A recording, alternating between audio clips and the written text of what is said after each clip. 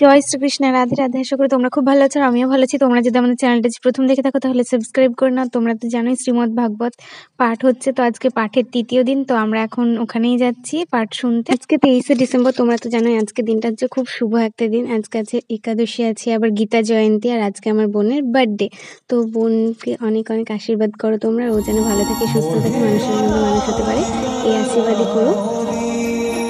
একমাত্র সাধু সন্ত গুরু শ্রীপাদ ভগবানের কাছেই তোমাকে যেতে হবে, বলো না?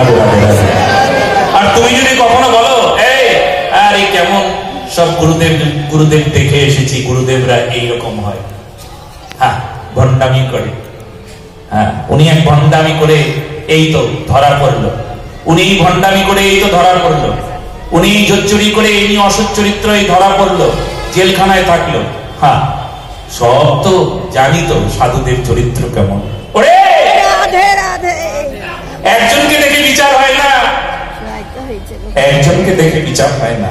সাধুতার বিচার করতে গেলে একজনকে দেখে বিচার করলে চলবে না। তোমার যেমন একজনকে বিচার করে তুমি কখনো কোনো সময় ডাক্তারকে অবিশ্বাস করো না, তবুও তুমি চিকিৎসা করতে ডাক্তারের কাছে যাও, যাও কিনা বলো বলো বলো, যাও না? তবু ডাক্তারের কাছে যাও। ঠিক তেমনি তুমি একজনকে অবিশ্বাস করতে পারো, কিন্তু সন্ত সমাজকে অবিশ্বাস করতে পারো না, আমাদের সনাতন ধর্মকে অবিশ্বাস করতে পারো না।